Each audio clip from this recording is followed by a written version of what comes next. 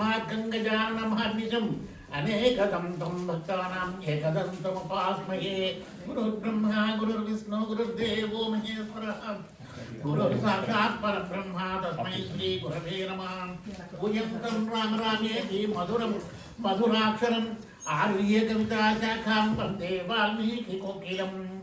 वैदेही सहितं सुरद्रुमतले हैमे महामण्डपे मध्ये पुष्पकमासने मणिमये वीरासने सुस्थितम्।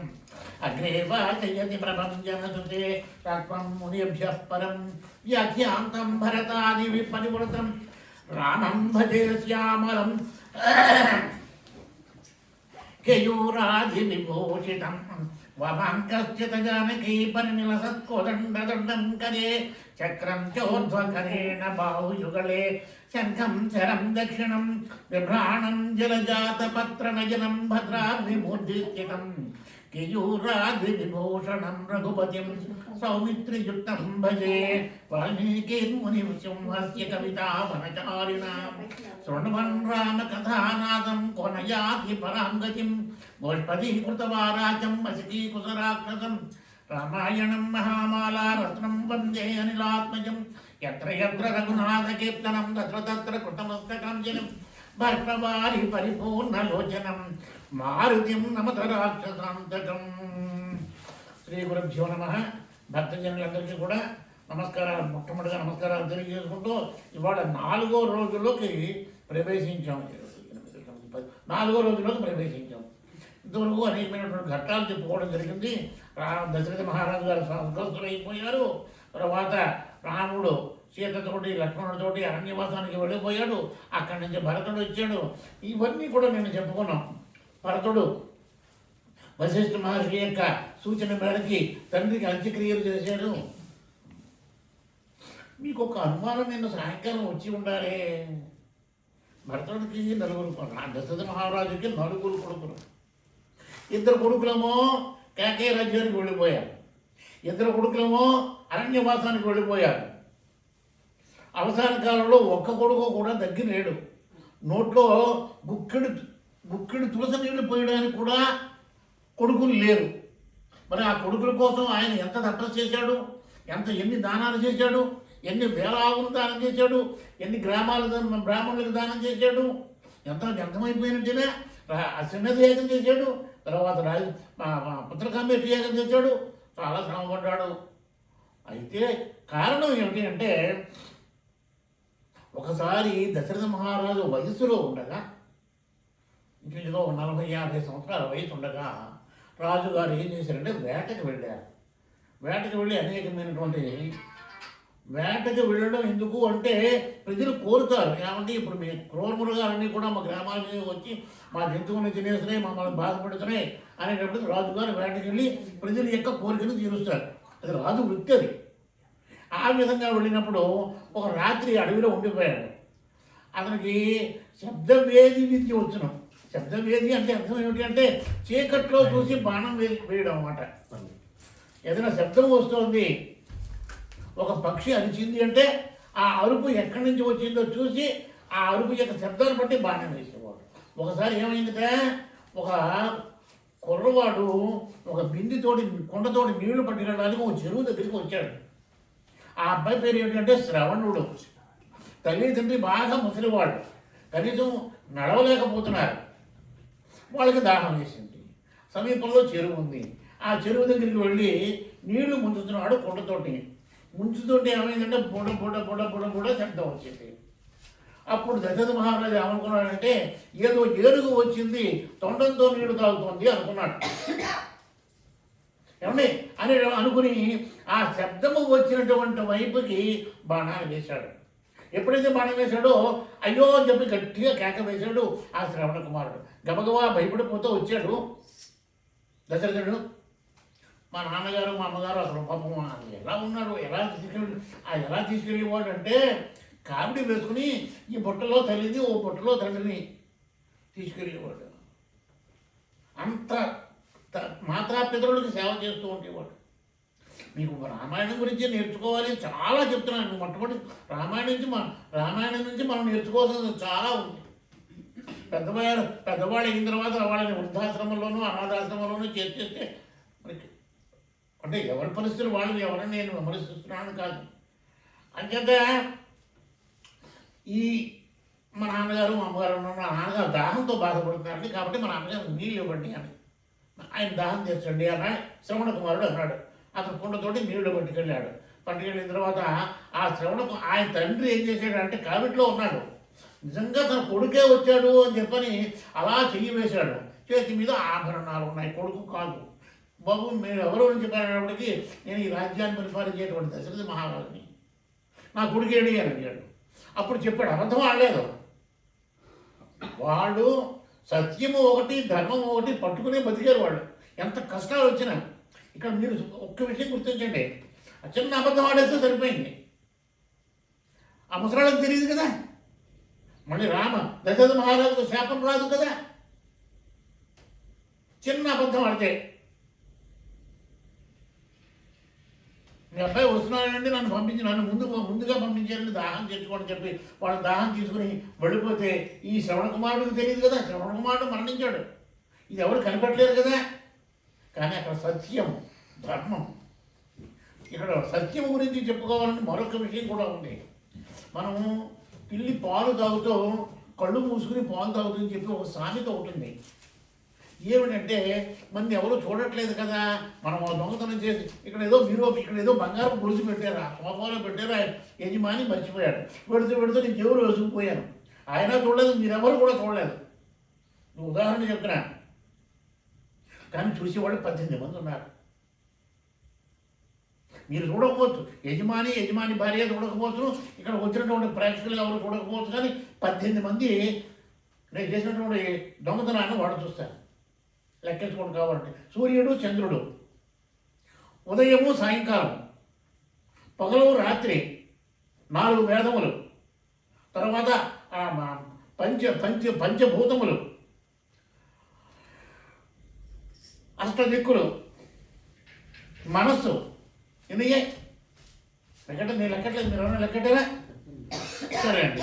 ఇలాగ ఈ 8 కూడా మన ప్రతి వాణి యొక్క కదలికని చూస్తాయి. అంచేత మన ఎవరు చూడట్లేదు కదా అనుకోకండి. అంచేత ఆ విధంగా దశరథ మహారాజు ఉన్న వాస్తవాన్ని చెప్పేటప్పటికీ ఆయన కోపంతో నేను కొడుకు లేకుండా నేను ఏ విధంగా పుత్ర శోకాన్ని అనుభవిస్తున్నానో ఆ విధంగా నీకు పుత్రుడు దగ్గర లేనటువంటి సమయంలో ప్రాణాలు వదిలిపెడతావు అని ఆయన శాపాన్ని ఇచ్చాడు. ఆ శాపాన్ని మనసులోనే ఉంచుకున్నాడు. ఇక్కడ రామలక్ష్మణులు అడవులకు వెళ్ళిపోయారు, భరతచంద్రులు కేకే రాజ్యంలో ఉన్నారు.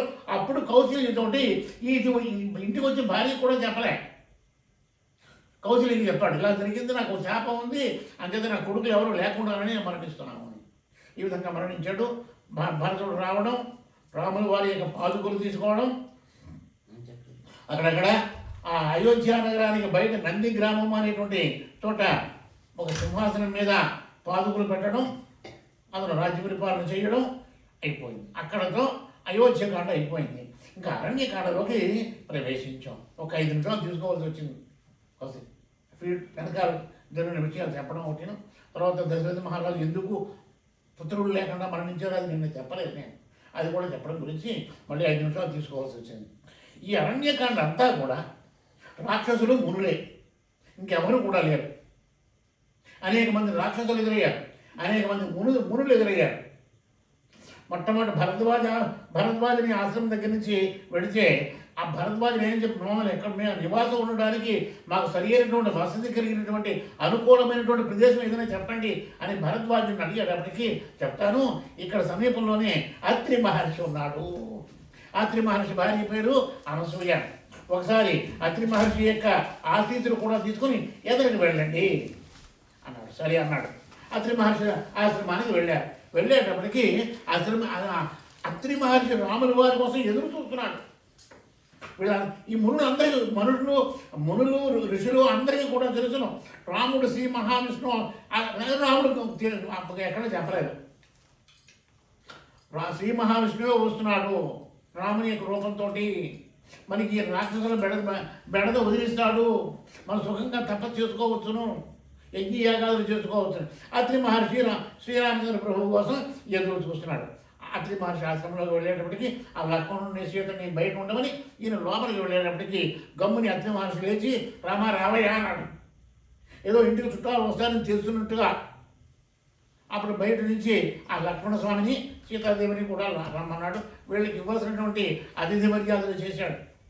మర్యాదలు చేసిన తర్వాత వాళ్ళకి తగినటువంటి సింహాసనం మీద, సింహాసనం అంటే ముని ఆశ్రమంలో సింహాసనం అంటే కుర్చీలే ఉంటాయి, లేదా నేల ఉంటుంది, లేదా దర్భచాప ఉంటుంది, దర్భంతో చేసినటువంటి చాప ఉంటుంది. ఆ రాముడిని కూర్చోమన్నాడు. కూర్చోమని ఒక అద్భుతమైనటువంటి మాట అతి మహర్షి మాట్లాడాడు.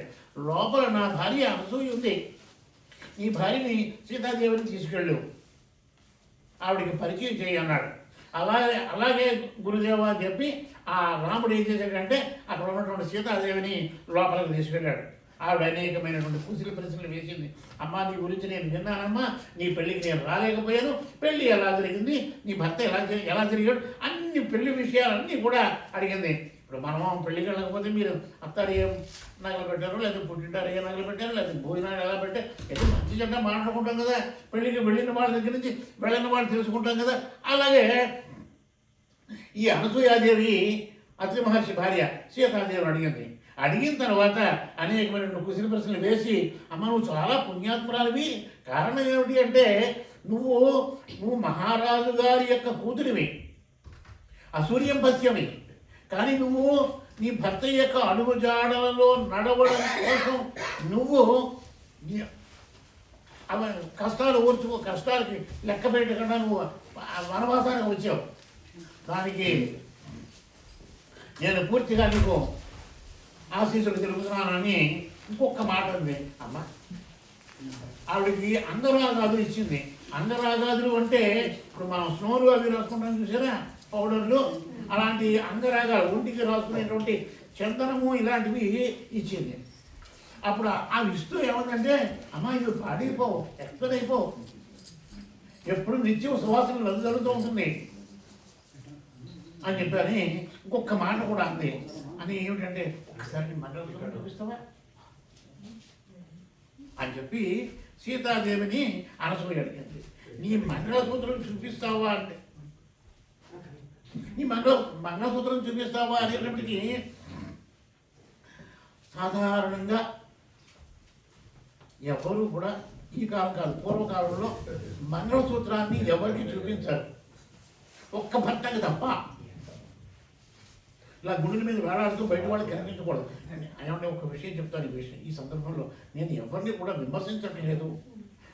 భారతంలో రామాయణంలో ఉన్న విషయాలు, ధర్మశాస్త్రంలో ఉన్న విషయాలు, ధర్మశాస్త్రంలో ఉన్న విషయాలే రామాయణంలో ఉన్నాయి. రామాయణంలో ఉన్న విషయాలు నేను చెప్తున్నా. అందుకే నేను వేరు విషయాలు ఏమీ కూడా చెప్పట్లేదు. నేను ఎక్కడో దేశం కానీ ఖండాలు దాటి వచ్చిన ఏదో మా అబ్బాయి దగ్గరికి వచ్చాను, దాన్ని మాత్రం మీరు అపార్థం మాత్రం చేసుకోకండి దయచేసి. అందులో ఉన్నటువంటి విషయాలు చెప్తున్నాను నేను. మరి లేకపోతే మామూలుగా ఇందాక ఆవిడ విరాట గురించి చెప్పారు, కానీ అందులో ఉన్న లోతుపాతులు మీకు తెలుస్తాయా? అందులో లోతుపాతులు కథ తెలుస్తుంది మీకు అంతే. ఆ విరాట పర్వం కీచకు అదేదో సినిమా ఉంది, ఆ సినిమా చూస్తారు, విషయం తెలుసుకుంటారు మీరు. కానీ అందులో ఉన్నటువంటి లోతుపాతులు మీరు తెలుసుకోవాలి. నా బొట్టుగాళ్ళు ఎవరైనా వస్తే లోతుపాతులు చెప్తాం, చెప్పినప్పుడు ధర్మ సూక్ష్మాలు చెప్పాలి. ధర్మ సూక్ష్మాలు చెప్పినప్పుడు మంగళసూత్రం ఎవరికి కనపడకూడదు. శ్రీమద్విరాట పర్వం, శ్రీమద్విరాట పర్వం అదే దాంట్లో దీని అవసరం కూడా లేదు, ఎందుకంటే రికార్డింగ్ అంటే నేను 100 మంది స్టూడెంట్స్ ఉన్నా కానీ పాఠం చెప్పేటువంటి. సరే, ఈ విధంగా అనసూయాదేవికి అన్ని రకాలైనటువంటి బుద్ధులు చెప్పింది. అప్పుడు అత్రి మహర్షి ఏమన్నాడంటే, ఇంకా ఎదురుకు పెడితే నీకు విరాటుడు వస్తాడు, రాక్షసుడు వస్తాడు అని చెప్పాడు. అప్పటికే వీళ్ళకి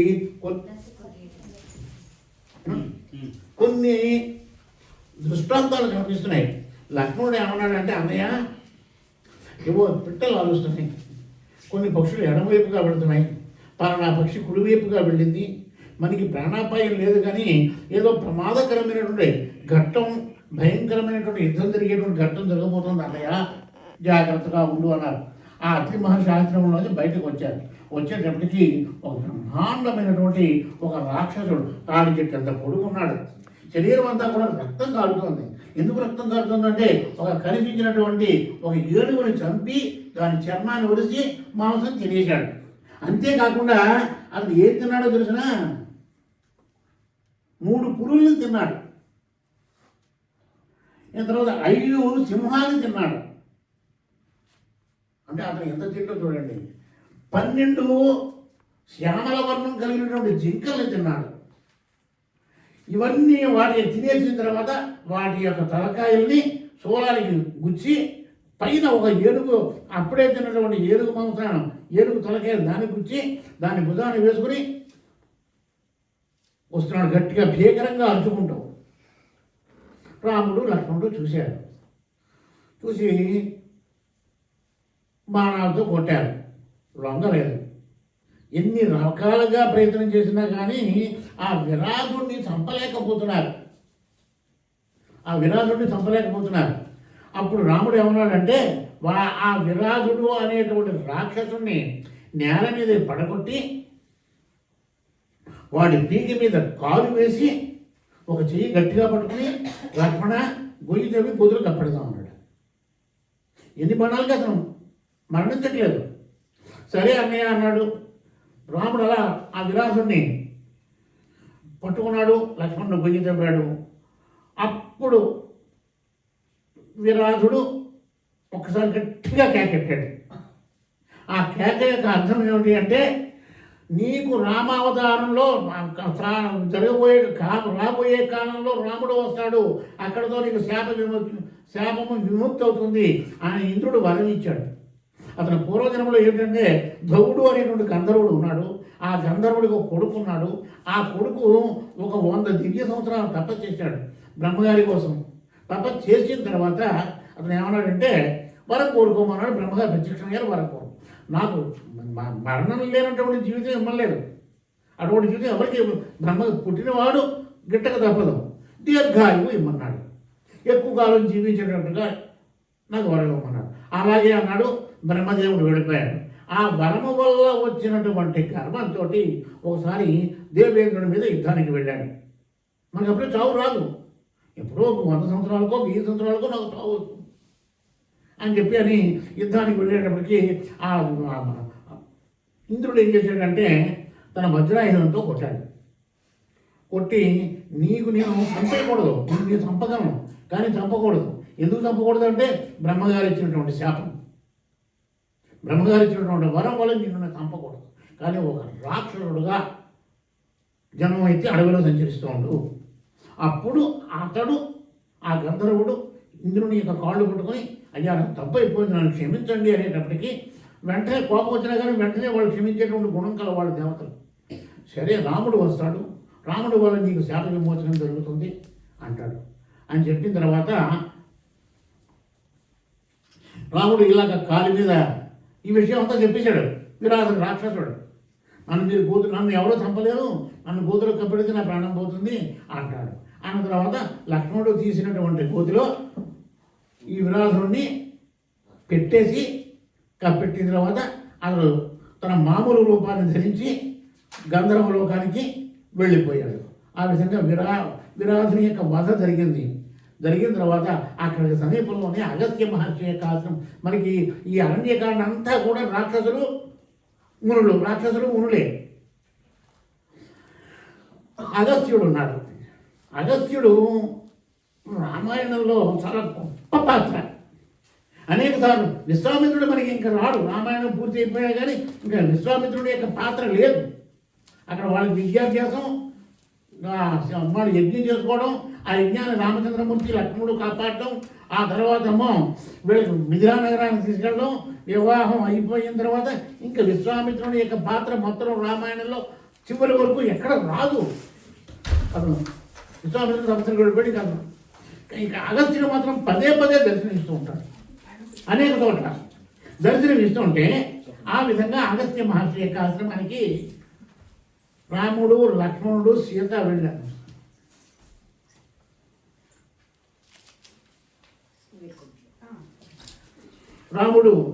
రామునికి ఆ అగస్త్యుడు అతిథి సత్కారాలు చేశాడు. ఒక ముని తన ఇంటికి వచ్చినటువంటి వారికి అతిథి సత్కారాలు చేయాలి. ఒక రాజుగారు తన ఆస్థానానికి రాజ్యసభకు వచ్చినటువంటి ఒక వ్యక్తికి అతిథి సత్కారం చేయాలి. మనం రామాయణం నుంచి ఆ విషయం నేర్చుకోండి. మన ఇంటికి వచ్చినటువంటి చుట్టాలే కాదు, ఏ నా పొట్టిగాడో వస్తాడు, నాన్నగారా అండి లేరండి, అది అది మన భారతీయ హిందూ సంస్కారం కాదు. ఎవరో మీ గుమ్మంలోకి వస్తే అయ్యా రండి కూర్చోండి అని వాళ్ళు మంచినీళ్ళు కావాలని చెప్పి మంచినీళ్ళు ఇచ్చి మా నాన్నగారు బయటికి వెళ్ళారండి, ఇంకా ఆఫీస్ నుంచి అక్కడో వీళ్ళు కూర్చొని మా నాన్నగారు వచ్చేస్తారండి. అది అతిథి మర్యాద. అది ముఖ్యంగా నేర్చుకోవాల్సిందంటే మీ అమ్మని నేర్చుకోగలేదు, కానీ ఈ యుక్త వయసులో ఉన్నటువంటి పిల్లలు నేర్చుకోవాలి. మీ ఇంటికి వచ్చిన వాళ్ళని మర్యాద చేయండి. మీరు పుట్టింట్లో ఉన్నప్పుడు మీ అమ్మగారు మీకు ఎండుకుపోతుంది. మీరు తప్పు చేసినా అతిథి మర్యాద చేసినా చెయ్యకపోయినా వాళ్ళ ఇంటికి వెళ్తే కనీసం మంచినీళ్ళు కూడా ఇవ్వలేదు. కానీ లేకపోతే మీరు పెళ్ళి అవుతుంది, అత్తవారి ఇంటికి పెడతారు, అక్కడ అనేకమైనటువంటి విషయాలు జరుగుతూ ఉంటాయి. కాబట్టి అతిథి మర్యాద మాత్రం నేర్చుకోండి. సరే, ఈ విధంగా అగస్త్యుడు అతిథి మర్యాద చేశాడు. కూర్చోబెట్టిన తర్వాత ఏమన్నాడు అంటే,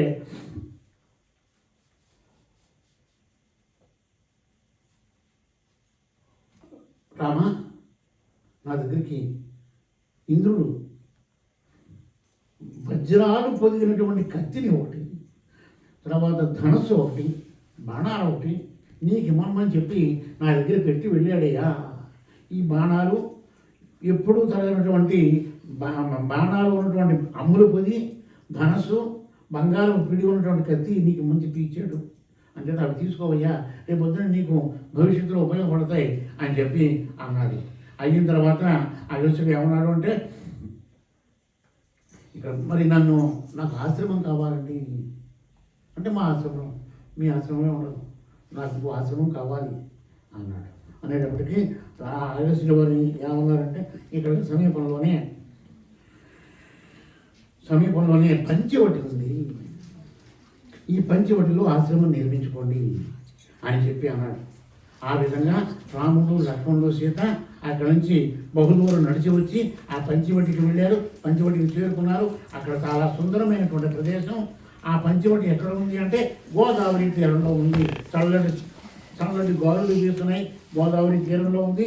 ఇక్కడికి ఎవరైనా ఇందులో ఉన్నవాడు ఎవరైనా భద్రాచలం వెళితే, ఎవరైనా వెళ్ళారా భద్రాచలం?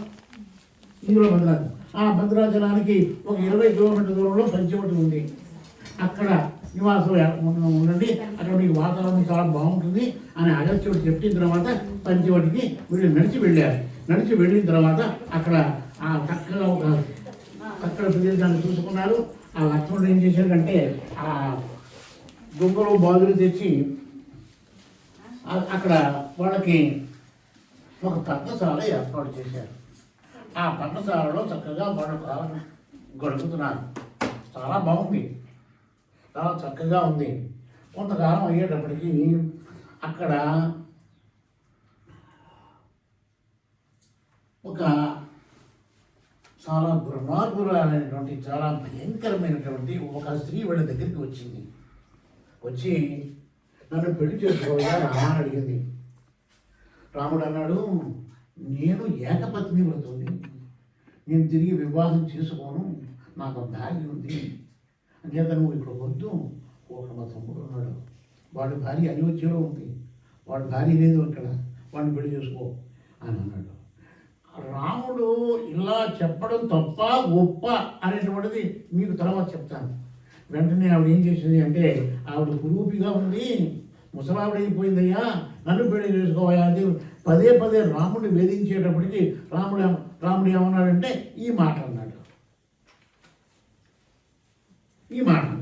అనేటప్పటికీ సీతాది ఆవిడ పేరు శూర్పణఖ. ఆవిడ ఏం చేసిందిట, లక్ష్మణుడి దగ్గరికి వెళ్ళింది. లక్ష్మణుడు అన్నాడు, నేను దాసిగా సేవకుడుగా పనిచేస్తున్నాను. ఆవిడ మా అన్నయ్య గారికి, మా వదిన గారికి నేను సేవకుడుగా పనిచేస్తున్నాను. వాళ్ళ బట్టలు మూటలు నేను మోస్తూ ఉంటాను, వాళ్ళు విడిచిన బట్టలు ఉతుకుతూ ఉంటాను, వాళ్ళకి కాపలాగా ఉంటాను. ఇక్కడ నేను సేవకుడిని. కాబట్టి సేవకుడు నువ్వు పెళ్లి చేసుకుంటే నువ్వు కూడా సేవకురాలు అవుతావు కదా. అక్కడ మా వదిన వండినటువంటి అన్నం తినేసాక ఆ గిన్నెలన్నీ కూడా నువ్వు తోముకోవాలి కదా, ఆశ్రమం శుభ్రం చేసుకోవాలి కదా, నీకు ఎందుకు వచ్చిన కర్మ, వెళ్ళు. ఆయన్ని అడుగు ఆవిడ ముసలావిడ అయిపోయింది వెళ్ళాను అని లక్ష్మణుడు వేళాకోళం చేశాడు. వేళాకోళం చేస్తే అప్పుడు రాముడు అన్నాడు, లక్ష్మణ పరిహాసానికి కూడా అటువంటి మాట మాట్లాడకు, ఇంచేతంటే ఇది ఏకు మేకే కూర్చుంటుంది అనేటప్పటికీ రాముడు అంటాడు, లక్ష్మణుడు అంటాడు, 2 సార్లు నీ దగ్గరికి నా దగ్గరికి తిప్పించుకుంటే ఆవిడ విసుకొచ్చి ఆవిడ దాన్ని ఆవిడ పోతుంది, వీళ్ళు మన పెళ్లి చేసుకోరా అని భావంతో పోతుంది అనేటువంటి ఉద్దేశంతో నేను అన్నాను అన్నయ్య అన్నాడు. కాదు, ఈవిడ మన దగ్గర ఉండడానికి వీలు లేదు కాబట్టి ఈవిడ అహంకారంతో ఉంది. ఈ ఏమిటి అహంకారం అంటే నేను అందగత్యను అనేటువంటి అహంకారంతో ఉంది. స్త్రీలకు అందం ఎక్కడ ఉంటుంది అంటే కాలు తీసేసినా చెయ్యి తీసేసినా అందంలాగే ఉంటుంది. 4 రోజులు పోయిన తర్వాత పుండు తగ్గిపోతుంది. కానీ ఒక స్త్రీకి ముక్కు చెవులు వాటి వల్ల కళ్ళు వాటి వల్లే అందం వస్తుంది. కాబట్టి ఆవిడ ముక్కు చెవులు కోసి పారేయాలి. లక్ష్మణుడు అన్నగారు చెప్పినట్టుగా శూర్పణఖ యొక్క ముక్కు చెవులు కోసేశాడు. రక్తం అంతా కూడా ముఖం అంతా కందిపోయింది. కందిపోయిన తర్వాత గొల్లు ఏడుస్తూ అక్కడే ఆవిడికి అన్నలు ఉన్నారు, మారీచుడు స్వభావుడు. వాళ్ళు దండగా అక్కడ ఆ అరణ్యంలో ఉంటున్నారు. అంతేకాకుండా రావణాసురుడు, కుంభకర్ణుడు, విభీషణుడు కూడా అన్నడే. మొత్తం 5 అన్నయ్యలు ఉన్నారు. స్వభావం అక్కడ దగ్గరికి వచ్చింది.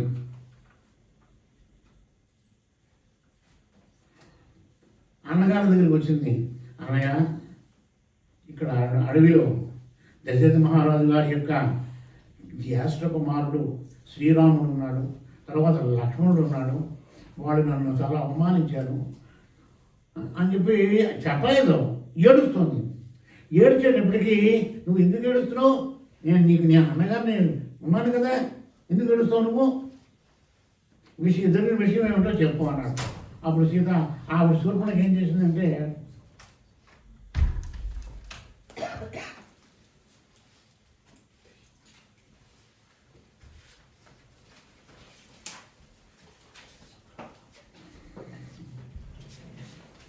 వాళ్ళ అన్నల పేర్లు కరుడు, దూషణుడు. ఆ కరుడు ఏమన్నాడంటే, నీకు బాధ ఏమిటో చెప్పమ్మా, నువ్వు చెప్పకుండా మాకు ఏం తెలుస్తుంది అనేప్పటికీ ఈ విషయం అంతా చెప్పవచ్చింది. అప్పుడు కరుడు ఏం చేశాడంటే, తన దగ్గర 14 మంది సేనాపతులు ఉన్నారు, వాళ్ళని కేకేసి, చూడు ఇక్కడ రాముడు లక్ష్మణుడు అని చెప్పి 2 రాజకుమారులు ఉన్నాక వాళ్ళని చంపేసి తీసుకురా, నాకు ఆకలిస్తుంది, వాళ్ళ మాంసం నేను తింటానని చెప్పి అన్నాడు. కరుడు ఆ 14 మంది సేనాపతులు రాముడు లక్ష్మణుడి దగ్గరికి వెళ్ళేటప్పటికి ఆ రాముడు లక్ష్మణుడి 14 మందిని చంపేశారు. ఆ వార్త రాముడికి కరుడికి తెలిసింది. ఆవిడంది, శూర్పణఖంది, నువ్వు మగాడివి కదా, నీ తోబుట్టుకు ఇటువంటి అవమానం జరిగింది వదిలేస్తావా, నువ్వు మగాడివి కదా అని చెప్పి అనేక రకాలుగా ఆవిడ నిందించింది అన్నగారిని. ఎంచేత రెచ్చగొడితే కానీ కరదోషులకి కోపం రాదు. ఆ కోపం వచ్చినట్లుగా ఆవిడ ఏముంటుంది, కరుణౌ రూప సంపన్న సుకుమారో పుండరీక విశాలాక్షో క్షీరకృష్ణాజినాంబరౌ ఫలమూలాసన ఉదాంతౌ తపసౌ ధర్మచారిణౌ పుత్రా దశరథస్యాం భ్రాతరౌ రామలక్ష్మణౌ గంధర్వర రాజప్రతిమౌ అపార్థ్యవ జంజినాన్వితౌ దేవౌ వా మనుషౌ వా తౌన తర్పయతుముత్సయే. దేవతలలో కానీ గంధర్వులో కానీ కిన్నరులో కానీ అంత అందగా తెలియదు. అటువంటి వాళ్ళతోటి వాళ్ళు అక్కడ ఉన్నారు. దశరథ మహారాజు యొక్క కొడుకులు వాళ్ళని అర్థం చెయ్యనంటావా, నువ్వు మగాడు కాదనుకుంటాను, నేను నా అన్న దగ్గరికి పెడతాను అంటాడు. అప్పుడు మారీచుడికి కోపం వచ్చింది, స్వభావుడికి కోపం వచ్చింది. వెళ్ళిన తర్వాత కరుడికి దూషణుడికి కూడా కోపాలు వచ్చాయి. వాళ్ళు వెళ్ళారు. ఈ కరదూషణుడి యొక్క సంహారం జరిగిపోయింది. 14,000 మంది రాక్షసులు వచ్చారు, వాళ్ళని కూడా సంహరించడం జరిగిపోయిన తర్వాత శూర్పణఖ ఏం చేసిందంటే, ఆకాశ మార్గాన్న అన్నగారి దగ్గరికి వెళ్ళింది, రావణాసురుడి దగ్గరికి వెళ్ళేటప్పటికీ రావణాసురుడు ఏ విధంగా ఉన్నాడంటే, తన యొక్క మంత్రులతోటి సైనికులతోటి సేనాపతులతోటి రాజ్యసభ నిర్వహించుకుంటున్నాడు. ఆ రాజ్యసభ నిర్వహించుకునేటువంటి చోటికి శూర్పణఖ చేరుకుని ఏం చేసింది, అప్పటికే అకంపనుడు అనేటువంటి రాక్షసుడు వెళ్ళాడు. ఇక్కడ ఈ దారుణమైనటువంటి విషయాన్ని తెలుసుకుని అకంపనుడు వెళ్ళాడు.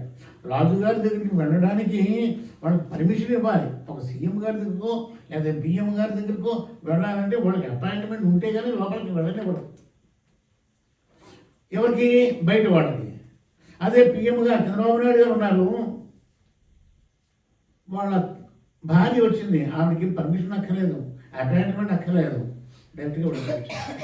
ఈ అకంపనుడు వెళ్ళేటప్పటికీ అతనికి పర్మిషన్ రావడం ఆలస్యం అయింది, లోపలికి అనుమతించలేదు అక్కడ ఉన్నటువంటి సైనికులు. మొత్తం మీద అతను టైం వచ్చాక లోపలికి వెళ్ళాడు. అతను వాళ్ళ దగ్గర ఎలా మాట్లాడాలో అలాగే ఎక్కువ తక్కువ మాట్లాడకూడదు, వస్తే రాజుగారికి కోపం వస్తుంది. అంచేత విషయం చెప్పేసి ఇది జరిగినటువంటి విషయం చెప్పి అకంపనుడు బయటకు వచ్చేసాడు. బయటకు వచ్చేటువంటి సమయంలో శూర్పణఖ వెళ్ళింది, అన్నగారి విషయం అంతా కూడా చెప్పింది. చెప్పి అన్నది, అన్నయ్య, దేవతలలో కానీ, యక్షులలో కానీ, గంధర్వులలో కానీ, కింపురుషులలో కానీ, నాగులలో కానీ ఎక్కడా కూడా అటువంటి అందగతి ఎక్కడా లేదన్నయ్యా. నువ్వు ఆవిడ్ని తీసుకొచ్చి వివాహం చేసుకుంటే నాకు చాలా ఆనందంగా ఉంటుంది. ఇటువంటి అందగతితో నా అన్నయ్య కాపురం చేస్తున్నాడు అనేటువంటి విషయం నాకు ఆనందాన్ని కలగజేస్తుంది అని చెప్పి ఇక్కడ రావణాసురుడిని రెచ్చగొట్టేసింది. ఇక్కడ చూడండి, కథ మార్పులు ఎక్కడికి వచ్చాక తిరిగిందో. మళ్ళీ శూర్పణఖ దగ్గరికి వచ్చేటప్పుడు తిరిగింది, మందర దగ్గరికి వచ్చేటప్పుడు తిరిగింది, కైకేయి దగ్గరికి వచ్చేటప్పుడు తిరిగింది, ఇప్పుడు శూర్పణఖ దగ్గరికి వచ్చేటప్పటికి మళ్ళీ ఆవిడ నోరు మూసుకుంటే రామాయణం లేదు, ఆ నోరు మూసి కూర్చుంటే రామాయణం లేదు. అన్నగారి దగ్గరికి వచ్చి రెచ్చగొట్టేటప్పటికీ ఆవిడ అందుకే రావణాసురుడు వెంటనే ఆ మంత్రుల్ని, సేనాపతుల్ని ఎవరిని కూడా లెక్కించకుండా బయటికి వచ్చేసాడు. బయటికి వచ్చి ఓ రథం ఎక్కేశాడు. కానీ రాజుగారు అన్నప్పుడు ఏం చేయాలంటే మంత్రుల యొక్క సలహా తీసుకోవాలి. ఎవరి సలహా కూడా తీసుకోకుండా బయటికి వచ్చేసి గాడిదను కట్టినటువంటి ఒక రథం ఎక్కి గబగబా మారీచుడి దగ్గరికి వచ్చేసాడు. ఈ మారీచుడు ఎవరు? మారీచ సుబాహుడు అని చెప్పి దండకారణ్యంలో ఉన్నారు కూడా. లక్ష్మణ, ఈ నిన్న చెప్పాను మీకు, మొన్న చెప్పాను, ఈ మారీచుడిని చంపకు, ఇతని వల్ల కార్యం జరగవలసినటువంటి కార్యం ఉంది, కాబట్టి ఇతను చంపకు అని చెప్పాను కదా. అంచేత ఆ మారీచుడి దగ్గరికి రావణాసురుడు వెళ్ళాడు. అతను కూడా ఓ సేనాపతి. వెళ్ళేటప్పటికి మారీచుడు ఏం చేశాడంటే, రండి మహారాజా, నేను కేకేస్తే నేనే వచ్చేవాడు కదా అని చెప్పి అన్నాడు. అన్న తర్వాత జరిగిన విషయం ఏమిటి అంటే,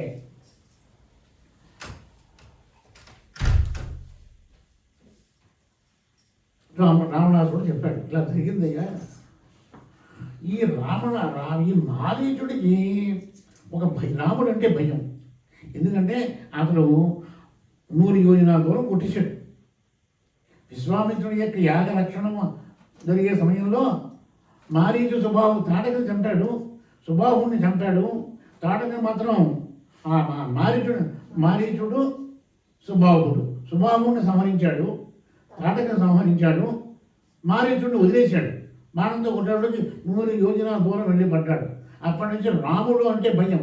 రాముడు అంటే కాదు, రా శబ్దంతో ఏది వినపడినా అయిపోయి రాముడు వచ్చేస్తున్నాడేమో. రథం, రాజు, రాణి, ఇలా రా అనేటువంటి అక్షరం వినేటప్పటికీ ఈ మారీచుడు గదగద ఉరికిపోతున్నాడు. అతను ఎక్కడున్నట్ట హిమాలయ పర్వతాల సమీపంలో గుహలో ఉండి రాముని గురించి తను జపం చేసుకుంటున్నాడు. అర్థమైనా? ఒక రాక్షసుడు ఎవరి గురించి జపం చేస్తున్నాడంటే రాక్షసుడు రాముడి గురించి తపస్సు చేసుకుంటున్నాడు. అక్కడికి రావణాసురుడు వెళ్ళాడు. వెళ్ళేటప్పటికి ఆయన అధిసత్కారం చేసిన తర్వాత కూర్చోండి మహానుభావ అన్నాడు. కూర్చున్నాడు. ఏమయ్యా మారీచా, నాకు ఉపకారం చేసి పెట్టాలి అని చెప్పండి అన్నాడు. దండకారణ్యంలో సీతాదేవి ఉంది, రాముడు లక్ష్మణుడు సీత ఉన్నారు. అక్కడ నువ్వు ఒక లేడి వేషం, బంగారు లేడి వేషం వేసుకుని వెళ్ళి అక్కడికి నీ యొక్క సౌకర్యంతో సీతను ఆకర్షించు అని చెప్పారు. ఏమండి, అది మంచి పని కాదండి. ఆవిడ సాక్షాత్తు లక్ష్మీదేవి స్వరూపం. నా మాట వినండి. అక్కడికి వెళ్ళవద్దు అని అనేక రకాలుగా చెప్పాడు. రావణాసురుడు తినలేదు. నువ్వు పెడతావా, నేను చంపేయమంటావా? నువ్వు మా లేడీ ఆకారాన్ని ధరించి నువ్వు వెళ్ళు. నీ యొక్క అందచందాలతోటి సీతాదేవిని ఆకట్టుకో. సీతాదేవి నిన్ను అడుగుతుంది, రాముడిని అడుగుతుంది, ఏమంటే నాకు ఆ లేడీ బంగారం లేడీ కావాలని అడుగుతుంది. ఆ పని చేస్తావా? చెయ్యంటే నేను ఇప్పుడే చంపేస్తాను. అప్పుడు దశరథ మారీచుడు ఏమన్నాడు అంటే, నీ చేతిలో చచ్చే బదులు ఆ రాముడి చేతిలో చస్తానయ్యా, నాకు ముక్తి మోక్షం వస్తుంది అని చెప్పి, అది కథ కరెక్ట్గా చదువుతుందా? మీరు ఎవరో గుసగుసలు అనుకుంటే నేనేమో పొరపాటుగా చెప్తున్నాను.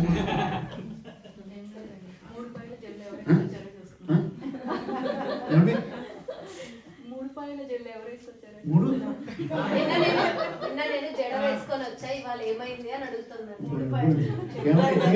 మొట్టమొదటి చెప్పాను, మీ యొక్క అలవాట్లు వదులుకోకండి. నేను మామూలుగా విషయం చెప్పాను తప్ప మీరు ఏదో ఆఫీస్కి పెడుతుంటారు, గబగబా టైం అయిపోతుంది. ఓ పక్కన మూడుని సరివించాలి, ఓ పక్కన పిల్లల్ని సరి చేయాలి, ఇంకా జల్లులో వేసుకుంటూ పోతుంటే పాములు సాంప్రదాయం చెప్పారు తల్లి, పాములు సాంప్రదాయం చెప్పారు. ఈ సాంప్రదాయం అటువంటి వాడికి నీకు కాదు.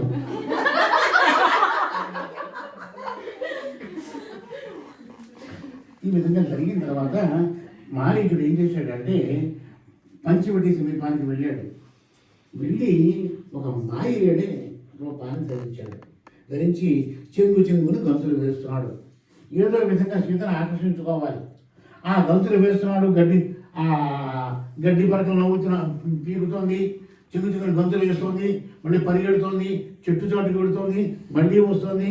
ఎక్కడైనా లేడీ యొక్క ఆ స్వభావాలు మనం ఎక్కడనంటే ఈ లేడీ పార్కులు, డీర్ పార్కులు కనిపిస్తాయి. చక్కగా లేడీని చూస్తే మనకి తెలుస్తుంది అది ఏ విధంగా సంచరిస్తుంది, ఏ విధంగా ఉంటుందని. అలా సంచరించేటప్పటికి సీతాదేవి చూసి నాథా, నాకు ఆ లేడీ కావాలి. మన అరణ్యవాసం అయిపోయిన తర్వాత అయోధ్యకి వెళ్ళే ముందు ఒకసారి ఈ లేడీని మనం అయోధ్య మన రాజా అంతఃపురానికి తీసుకెళ్దాం. నేను పెంచుకుంటాను నా అంతఃపురంలో, అంచేత నాకు ఆ లేడీ కావాలి.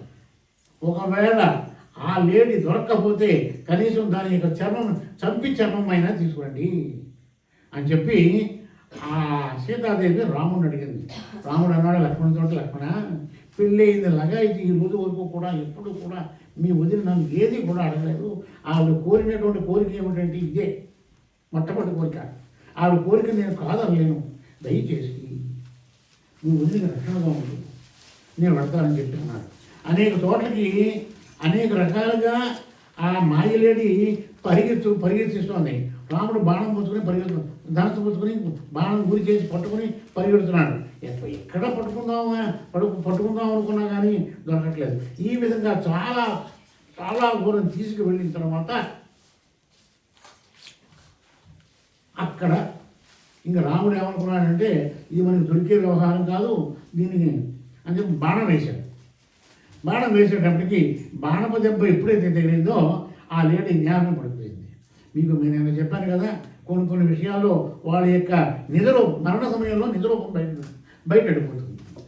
ఆవిడ మారీచుడు ఏమని అరిచాడంటే, హా లక్ష్మణ, హా సీత అని చెప్పి సాధ్యమైనంత వరకు రాముని యొక్క గొంతుని అనుకరిస్తూ గట్టిగా అరిచాడు.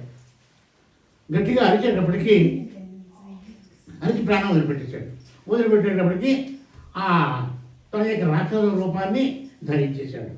ధరించిన తర్వాత ఈ శబ్దాన్ని, ఈ అరుపుల్ని సీతాదేవి ఆకలించుకుని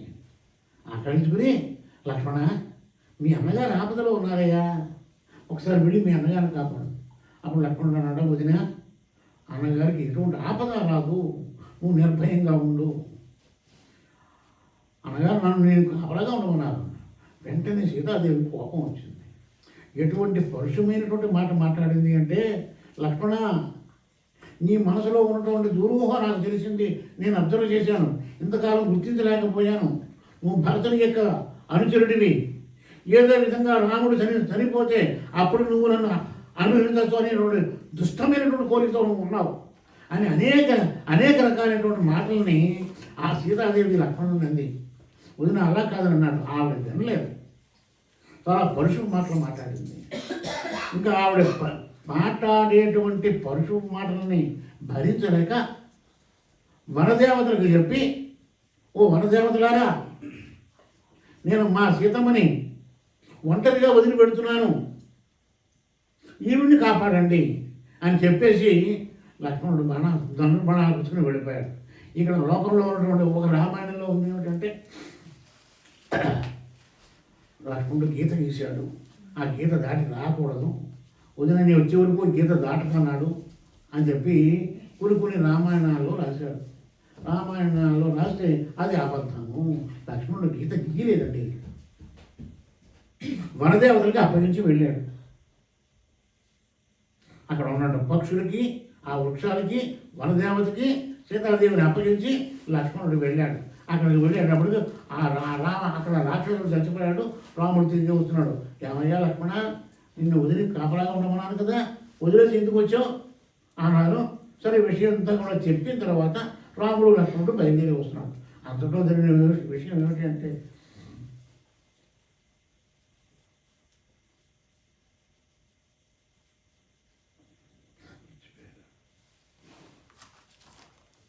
ఏమిటి అంటే, రావణాసురుడు ఒక భిక్షుక వేషంలో వచ్చాడు. భవతి భిక్షాందేహి అన్నాడు. భవతి భిక్షాందేహి అనేటప్పటికీ సీతాదేవి ఒక అతిథి మన ఇంటికి వచ్చాడు అనుకుని ఆయనకి భిక్ష వేయడానికి పళ్ళలో కాసిన బియ్యము, కాసిన పళ్ళు, ఏమి వేయాలనుకున్నా అవన్నీ వేసి ఉంది. ఆవిడ గడప దగ్గర నుంచుంది. ఇక్కడ చూడండి, జాగ్రత్త చూడండి. ఇక్కడ ఇంకొక ఆచారం కూడా చెప్తున్నాను మీకు.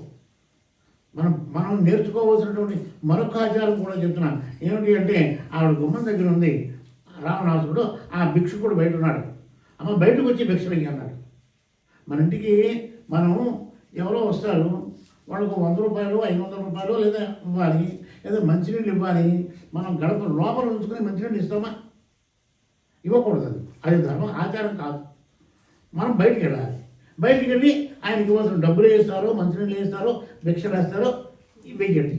అంతేగాని మీరు గడప లోపల ఉండి గడప బయట ఉన్నటువంటి వ్యక్తికి మాత్రం భిక్ష వేయకూడదు, మంచినీళ్ళు కూడా ఇవ్వకూడదు. ఆ విధంగా ఈవిడ అడిగేటప్పటికీ, అమ్మ నువ్వు బయటకు వచ్చి భిక్ష వెయ్యి అన్నాడు.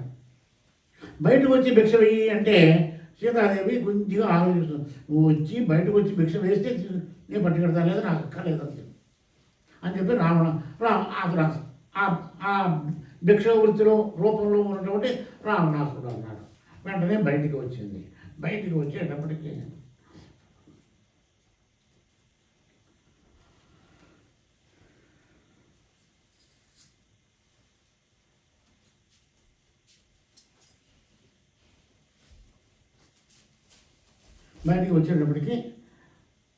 ఆవిడ తన యొక్క నిజ రూపాన్ని చూపించాడు. 10 తలకాయలు దశకంఠుడు అంటారు.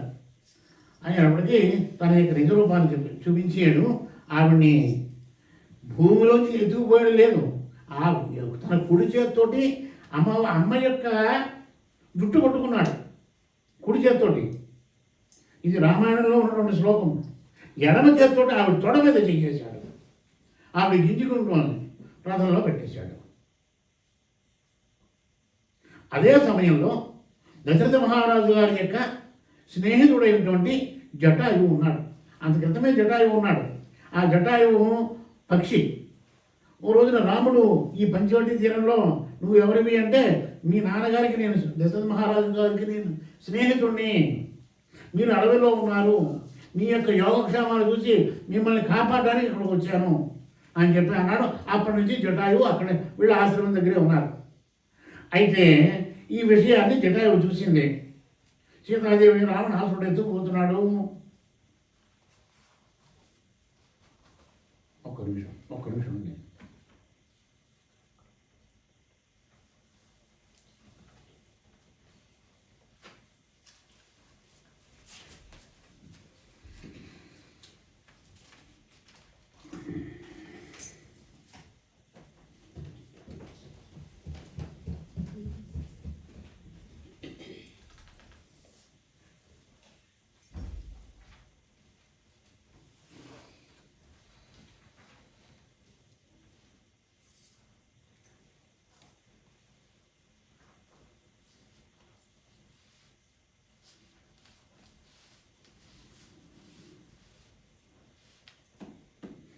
కుడి చేతితోనేమో ఆవిడ జుట్టు పట్టుకున్నాడు, ఎడం చేతితో ఆవిడ తొడ మీద చెయ్యేసి బలవంతంగా ఎక్కాడు, రథం మీద పెట్టుకున్నాడు. పెట్టుకున్న తర్వాత రథం పైకి లేచింది. వీళ్ళు లేచేటప్పటికి జరిగిన విషయం ఏమిటంటే ఆ జటాయువు చూసింది. అప్పటికే బాగా వృద్ధురాలు జటాయు. వృద్ధురాలైతే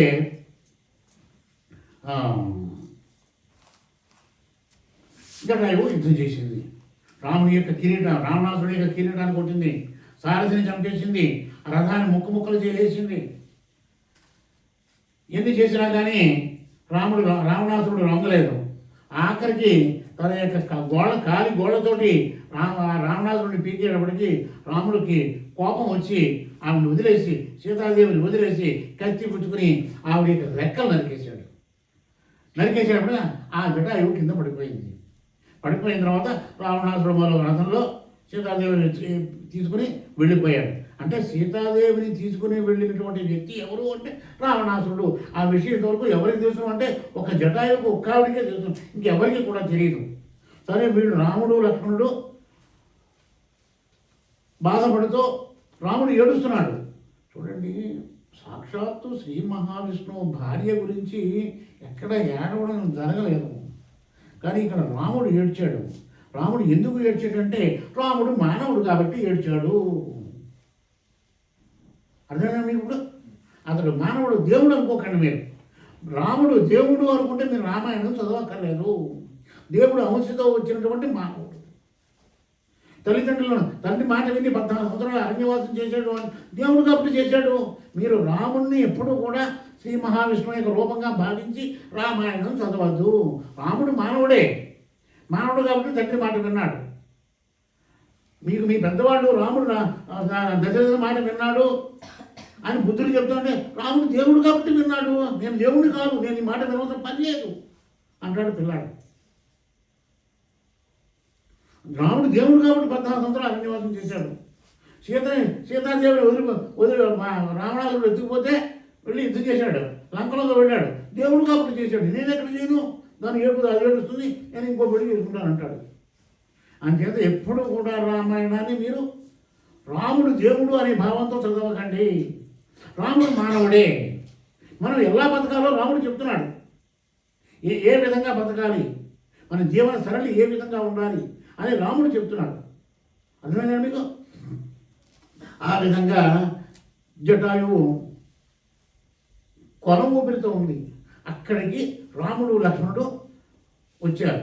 వచ్చేటప్పటికి అప్పుడు రాముడు ఏమనుకుంటాడంటే, లక్ష్మణ, ఇక్కడ ఏదో భయంకరమైన పక్షి ఉంది, ఇక్కడ రక్తం కనిపిస్తుంది, ఈ పక్షి తినేసిందా మీ వదిన్ని అనేటువంటి అనుమానాన్ని రాముడు వ్యక్తం చేశాడు. చేసేటప్పటికి రాముడు లక్ష్మణుడు కలిసి అక్కడికి వచ్చారు. వచ్చి చూసేటప్పటికి జటాయువు అంటుంది, రామ, నీ రాక కోసం నేను ఎదురు చూస్తున్నాను. సీత అమ్మని ఎత్తుకుపోయాడు ఓ రాక్షసుడు అని ఒక్క మాట అనేసింది. ఆ రాక్షసుడి పేరు కూడా చెప్పలేదు, ప్రాణం వదిలేసింది. అంటే రాముడు రాక కోసం ఆవిడ ఎదురు చూస్తోంది. అప్పుడు వెంటనే రాముడు ఏం చేశాడంటే ఆ జటాయువుకి దహన సంస్కారాలు చేశాడు. ఒక పక్షి చచ్చిపోతే ఎవరైనా దహన సంస్కారాలు చేస్తారా? మన ఎక్కడో బయట ఏదో ఓ పావురమో లేకపోతే మరొకటో చచ్చి బొమ్మలో పడింది, తీసుకెళ్ళి దూరంగా పడేస్తారు. ఎందుకు మనం తెచ్చుకున్నటువంటి ఆవుకే రోగం వస్తే దాన్ని తీసుకెళ్ళి దూరంగా పడేస్తాం. అయ్యో, ఈ ఆవు మనకి ఇంతకాలం పాలు ఇచ్చిందే, లేదా ఈ ఎద్దు మనకి ఇంతకాలం పొలం దున్నిందే, దాన్ని సంస్కారం చేద్దాం అనేటువంటి భావం ఉండదు మనకి. ఒక ఎద్దు చచ్చిపోయినా, ఆవు చచ్చిపోయినా దాని సంస్కారం ఏ విధంగా చేయాలంటే తగలబెట్టమని లేదు. నీళ్ళు రోజు గొయ్యి తీసి ఒక 10 ఉప్పు పోసి 10 బస్తాలు ఉప్పు పోసి ఆ ఉప్పులో కప్పెట్టమని ఉంది శాస్త్రం. అలా ఎవరైనా చేస్తారా? ఒక రైతుకి ఆ రైతు దగ్గర ఎద్దు ఉంది అంటే అది చచ్చిపోతే తీసుకెళ్ళి దూరంగా పారేయమంటున్నాడు, పారేయాలని. ఇది సంస్కారం, ఇది నేర్చుకోవాలి రామాయణం నుంచి మనం. ఆ విధంగా జటాయువుకి దహన సంస్కారాలు చేసిన తర్వాత వీళ్ళు బయలుదేరి వెళ్ళారు. ఎవరు ఎత్తుకెళ్ళారో తెలియదు, ఏ దిక్కుకు వెళ్ళారో తెలియదు. అలా వెళ్ళగా చాలా దూరం వెళ్ళారు. ఇందాక ఈ విరాధుడు చంపేసిన తర్వాత అక్కడ ఒక మహాముని ఉంటాడు. ఆ మహాముని తపస్సు చేసుకుంటున్నాడు. ఆయన అక్కడికి అంటే కొద్దిగా ఒకసారి వెనక్కి వెళ్తున్నాను. సీతాదేవి ఇంకా సీతాదేవిని ఎత్తుకుపోలేదు, పంచవటి రాలేదు. అక్కడ జరిగింది ఏమిటి అంటే రాముడు లక్ష్మణుడు సీతాదేవి బయలుదేరి వెళ్తున్నారు. వెళ్తుంటే ఒక ఆశ్రమం ఉంది. ఆ మునిని ఆశ్రమంలో కూర్చొని తపస్సు చేసుకుంటున్నాడు. లోపలికి వెళ్ళి దర్శనం చేద్దాం అని చెప్పి రాముడు అనుకుంటున్నాడు. ఆ ఎదురుగుండగా నేల మీద ఆనకుండా ఒక రథం ఉంది. ఒక దివ్యమైనటువంటి రథం, తెల్లటి గుర్రాలు కట్టినటువంటి రథం. దాని చుట్టూరా వందల మంది యువకులు ఆ రథం చుట్టూ కాపలా కాస్తున్నారు, బంధాలు కత్తులు పుచ్చుకుని. వింజామణులు వేసడానికి కన్యలు చుట్టూరా ఉన్నారు. కానీ చూస్తే అక్కడ సింహాసనం ఉంది. సింహాసనంలో రాజుగారు లేరు. ఏమిటో అనుకుని ఆ ఆశ్రమంలో వెళ్ళేటప్పటికి శరభంగ మహాముని, ఆ శరభంగ మహామునితో మాట్లాడుతున్నాడు ఇంద్రుడు. ఆయన రథం గాలిలోకి వెళ్తుంది. ఈయన కాళ్ళు కూడా నేల మీద లేవు, కొంచెం ఎత్తులో ఉన్నాయి. దేవతల యొక్క అంశం అది. అతను ఇంద్రుడు చూసి, మహాముని రాముడు వస్తున్నాడు, నేను రాముడు కనబడకుండా వెళ్ళిపోవాలి, రాముని యొక్క దర్శనం నాకు ఇప్పుడు కాదు అని చెప్పి గబగబా బయటికి వెళ్ళిపోయాడు. అక్కడ ఉంటే రాముడిని పలకరించాలి. రాముడు ఎవరో ఇంద్రుడికి తెలుసును, సాక్షాత్తు శ్రీ మహావిష్ణువు. గుర్తుపట్టేస్తాడు రాముడు, తెలియకూడదు రాముడికి అని చెప్పి గబగబా బయటకు వచ్చాడు. అప్పుడు శరభంగ మహర్షి, అంటే నేను ఒక అరగంట కథ వెనక్కి వెళ్ళాను కొంచెం ఈ ఒక్క బిట్టు చెప్పడానికి. శరభంగ మహర్షి అంటాడు, రామ నీ కోసం ఎదురు చూస్తున్నాను. ఆ వచ్చిన ఆయన ఎవరు అంటే మా దేవలోకాన్ని పరిపాలించేటువంటి ఇంద్రుడు. అతను నీ దర్శనం కాలేదు, అతను వెళ్ళిపోయాడు. నాకు నువ్వు ఎప్పుడు వస్తావా, నేను దర్శనం చేసుకున్నాక నేను శరీర త్యాగం చేయాలనుకుంటున్నాను అని చెప్పి శరీర త్యాగం చేసేసాడు. ఆ విధంగా ఆ ముని మరణం అయిపోయింది. సరే, ఇక్కడికి వచ్చేటప్పటికి సీతాదేవిని ఆ రాక్షసుడు ఎత్తుకుపోయాడు. ఎవరు ఎత్తుకెళ్ళారో తెలియదు, జటాయువు చెప్పలేదు. వీళ్ళు అలా ప్రయాణం చేయగా కొంత దూరం వెళ్ళేటప్పటికీ కబంధుడు అనేటువంటి రాక్షసుడు ఎదురయ్యాడు. ఈ కబంధుడు ఎవరు అంటే ఒక గంధర్వుడు. దొరుగు అనేటువంటి గంధర్వుని యొక్క కుమారుడు ఈ కబంధుడు. ఇతను బ్రహ్మగారి గురించి 100 దివ్య సంవత్సరాలు తపస్సు చేశాడు. తపస్సు చేసిన తర్వాత బ్రహ్మగారు ప్రత్యక్షమయ్యారు. ఏం కావాలో కోరుకోవయ్యా అన్నారు. కోరుకో అంటే, నన్ను జయించేవాడు ఎవరు ఉండకూడదు అన్నాడు. సరే అన్నాడు, వెళ్ళు అన్నాడు. కానీ రాముడు వస్తాడు, నిన్ను చంపుతాడు అని చెప్పి అన్నాడు. ఆ సమయంలో ఏం జరిగింది అంటే ఇంద్రుడితో మళ్ళీ దెబ్బలాడేటప్పటికీ ఇంద్రుడు తన యొక్క వజ్రాయుధంతో ఒక దెబ్బ కొట్టేటప్పటికి ఇతని తల ఎక్కడికి వెళ్ళిందంటే కడుపులో వెళ్ళిపోయింది. శిరస్సు, ఆ దెబ్బకి కాళ్ళు చేతులు శిరస్సు కడుపులో వెళ్ళిపోయి కేవలం మొండెం మాత్రమే ఉంది. అతని పేరు కబంధుడు. అప్పుడు నాకు భోజనం ఎలాగా అనేటప్పటికీ ఆ ఇంద్రుడు అంటాడు, నీకు 8 మైళ్ళు దూరం ఉన్నటువంటి చేతులు ఉంటాయి. ఆ చేతులతో చుట్టుపక్కల ఉన్నటువంటి వాళ్ళ జంతువులని మనుషుల్ని పట్టుకు తిను. మరి నాకు శాప విముక్తి ఎప్పుడు ఇస్తావు అంటే, రాముడు వస్తాడు, అప్పుడు నీకు శాప విముక్తి. శ్రీ మహావిష్ణువే రాముని యొక్క అవతారం ధరించి వస్తాడు, అప్పుడు నీకు శాప విముక్తి అంటాడు. సరే అంటాడు. ఆ కబంధుడు వచ్చేటప్పటికి రాముడిని ఒక చేతితోటి, లక్ష్మణుని ఒక చేతితోటి పట్టుకుని దగ్గర తీసుకుని తినేయడానికి ప్రయత్నం చేస్తాడు. అప్పుడు రాముడు అంటాడు, లక్ష్మణ మన చేయి తినేస్తాడు, వాడు విదిలించుకోవడానికి కూడా లేదు, అతను బలవంతుడు, చేయి నరికే అంటాడు. ఆ ఎడమ చేతిని లక్ష్మణుడు, కుడి చేతిని రాముడు నరికేశారు. నరికేసిన తర్వాత అతనికి మోక్షం వచ్చింది. ఆ విధంగా కబంధుని యొక్క సంస్కారం, ఆ కబంధునికి శాప విముక్తి జరిగింది.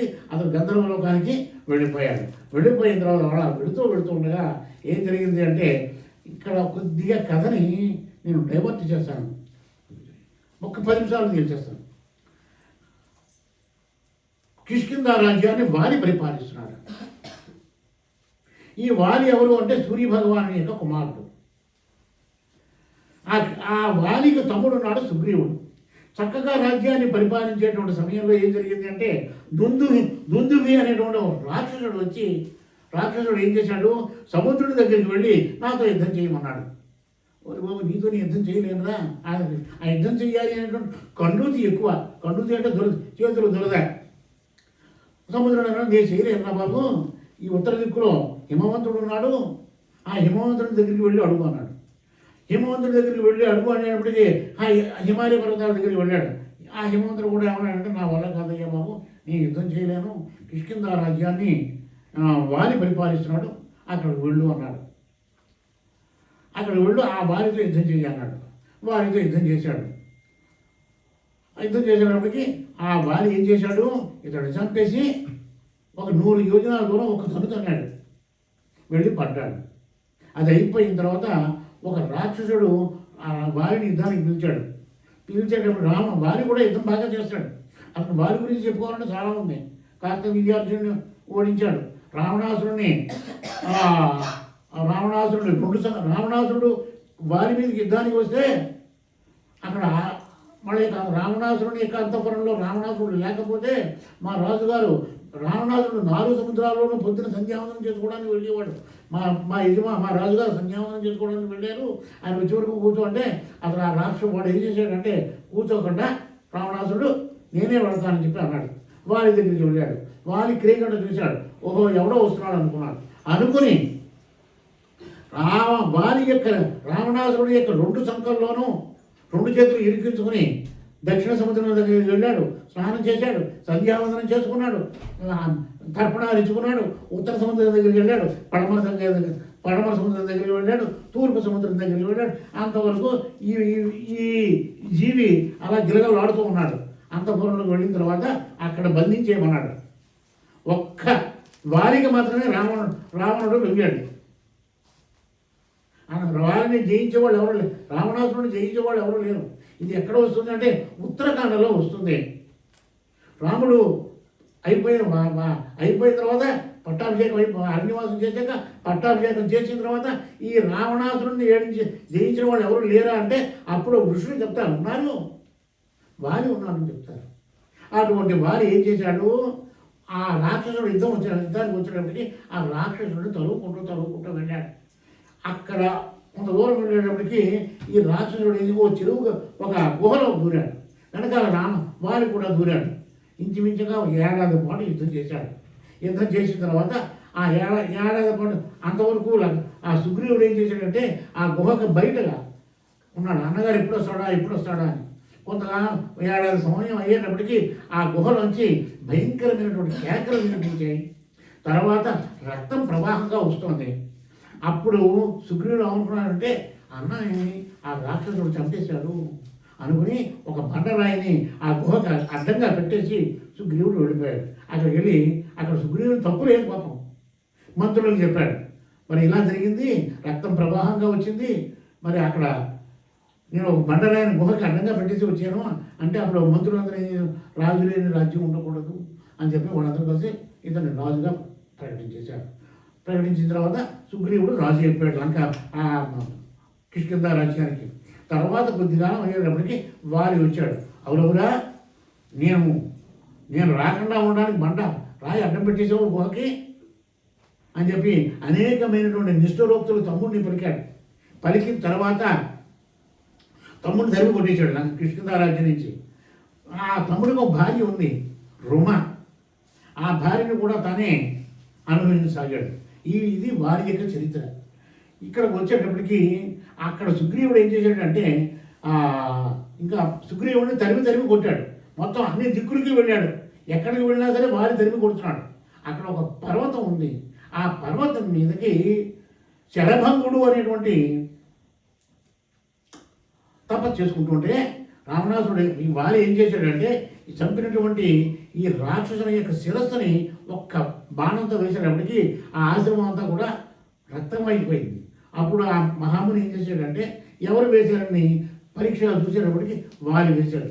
ఇక్కడి నుంచి వాలి సహచరుడు కానీ ఇక్కడికి వస్తే తలకాయ ముక్కలైపోతుంది అని చెప్పించాడు ఆ మహాముని. అప్పటి నుంచి వాలి ఆ ప్రాంతానికి వెళ్ళడం మానేశాడు. వెళితే మనకి మరణం వస్తుందని ఆ విషయాన్ని తెలుసుకున్నటువంటి సుగ్రీవుడు అక్కడికి వెళ్ళి ఆ కొండ ఆ ఋషిశృంగ పర్వతం మీద సుఖంగా అతని మంత్రులు హనుమంతుడు ఇంకా నీలుడు వాళ్ళకి 4 మంత్రులతోటి అక్కడ ఉన్నాడు. అక్కడ ఉండేటప్పటికీ రాముడు లక్ష్మణుడు అంత క్రితం జరిగింది ఏమిటి? సీతాదేవిని రావణాసుడు ఎందుకు పోతుంటే ఈవిడ గోలుని ఏడుస్తుంటే ఆవిడ అక్కడ ఒక కొండ శిఖరం మీద 4 కోతులు కబురు చెప్పుకుంటున్నారు. అంటే సుగ్రీవుడు, హనుమంతుడు, జాంబవంతుడు, నీరుడు. వాళ్ళ దగ్గరికి ఆవిడ ఏం చేసిందంటే తన చీర యొక్క అంచుని చింపి తన మెడలో ఉన్నటువంటి ఆభరణాలను మూట కింద కట్టి వాళ్ళ దగ్గర పాడేసింది. వీళ్ళు పతలుగా పైకి చూసేటప్పటికి ఎవరో రాక్షసుడు స్త్రీని చెర పట్టుకుపోతున్నాడు, ఆవిడ కాపాడమని అరుస్తూ ఆభరణాలన్నీ కూడా మూట కట్టి మన ముందు పాడేసింది అని చెప్పి ఆ మూటని తీసుకెళ్ళి వాళ్ళు గుహలో దాచారు. సరే, అది అయిపోయింది. అది అయిపోయాక రాముడు ఏడుస్తున్నాడు, చెట్టును నడుపుతున్నాడు, పుట్టను నడుపుతున్నాడు. అతని యొక్క దుఃఖాన్ని వర్ణించడానికి శక్తి లేదు. అటువంటి రాముడు అలా నడిచి వెళుతుంటే కొండ మీద నుంచి సుగ్రీవుడు చూశాడు. ఎవరైనా చూస్తే వాలి పంపించేయడమో నన్ను చంపేయడానికి అని భయపడుతున్నాడు. అప్పుడు సుగ్రీవుడు ఏం చేశాడంటే తన మంత్రి అయినటువంటి హనుమంతుడిని వెళ్ళి వాడు ఎవరో ఇద్దరు రాకుమారుడు, మొహం చాలా వర్చిస్తుగా ఉంది, చూడడానికేమో శిఖలు ఉన్నాయి, నార వస్త్రాలు కట్టుకున్నారు, వీళ్ళు మాయ రూపంలో వాలి పంపిస్తే వచ్చారా నన్ను చంపేయడానికి, అసలు వాళ్ళ విషయం ఏమిటో తెలుసుకోని చెప్పి మారు వేషంలో వెళ్ళు అని చెప్పి హనుమంతుడికి సుగ్రీవుడు చెప్పాడు. అప్పుడు సుగ్రీవుడు ఏం చేశాడంటే ఒక బ్రహ్మచారి రూపంలో వెళ్ళేటప్పటికి హనుమంతుడు వ్యాకరణవేత్త. ఇది మీకు ఎక్కడ చెప్తాను అంటే మా ఇంట్లో చెప్తాను. సుందరకాండ వచ్చినప్పుడు సుగ్రీవుని చరిత్ర కొంచెం మీకు విపులంగా చెప్పిన తర్వాత సుందరకాండ చెప్తాను అక్కడ. ఎప్పుడు రేపు లేదు ఎల్లుండి 12వ తారీఖు. హనుమంతుడు ఏం చేశాడంటే ఒక బ్రహ్మచారి రూపంలో రాముడి దగ్గరికి వెళ్ళాడు. ఇతని వాక్కు, ఇతను మాట్లాడే విధానం చూసి లక్ష్మణుడు అన్నాడు, ఈ బ్రహ్మచారి సాధారణమైన మనిషి కాదు, అతని వాక్కు చాలా నిదానంగా ఉంది, అతని మాటల్లో ఎక్కడా కూడా దోషాలు లేవు, ఇతను వ్యాకరణం నేర్చుకున్నటువంటి వాడు, వేదం నేర్చుకున్నటువంటి మహాపండితుడై ఉంటాడు అని చెప్పి అప్పుడు నువ్వెవరు అని చెప్పి అడిగేటప్పటికి నా పేరు హనుమంతుడు, ఇక్కడ సుగ్రీవుడు మా రాజు, ఈ సుగ్రీవుడికి ఇలా అపకారం జరిగింది, రండి మహానుభావ ఆయన మీకు పరిచయం చేస్తాను అంటాడు. సుగ్రీవుడి దగ్గరికి ఆ కొండ ఋషిముఖ పర్వతం యొక్క పై శిఖరం మీదకి తీసుకెళ్ళాడు. ఆ సుగ్రీవుడికి విషయం అంతా చెప్పాడు. చెప్పిన తర్వాత హనుమంతుడు ఏం చేశాడంటే అక్కడ ఇతని యొక్క చరిత్ర కూడా చెప్పాడు. ఇతని యొక్క భార్యని వాళ్ళ అన్నగారైనటువంటి వారి అపహరించాడు, ఇతను రాజ్య భ్రష్టుని చేశాడు, ఇతడు నీకులాగే భార్య లేకుండా ఉన్నాడు, నువ్వు భార్య లేకుండా ఉన్నావు, మీ ఇద్దరు స్నేహం చేయండి, ఒకళ్ళు సహకారం చేసుకోండి అని హనుమంతుడు చెప్పి అక్కడ వాళ్ళిద్దరికీ కూడా అక్కడ అగ్నిహోత్రం వెలిగించి ఆ అగ్నిహోత్రం చుట్టూ ఇద్దరిని ప్రదక్షిణ చేయమని అగ్ని సాక్షిగా వాళ్ళిద్దరూ కూడా స్నేహితులయ్యారు. అయిన తర్వాత రాముడు ఏమన్నాడంటే, సుగ్రీవా, నేను రావణాసురుడు బాలిని సంహరిస్తా, నీ రాజ్యం నీకు ఇప్పిస్తా, నీ యొక్క చరిత్ర ఏమిటో చెప్పు అని చెప్పి రాముడు సుగ్రీవుడిని అడిగాడు. ఏమంటే స్వస్తి ప్రజాభ్య పరిపాలయితం న్యాయేన మార్గేణ ఓ బ్రాహ్మణేభ్య సోమస్త్రించం లోకా సంసారస్తున్న కాళే వర్షం పృథివీ దేశోయితో సాధనాసంతు జీవంతు మంగళం కోసైతురాయ మహనీయ చక్రవర్తి తనురాయ సార్వభౌమాయ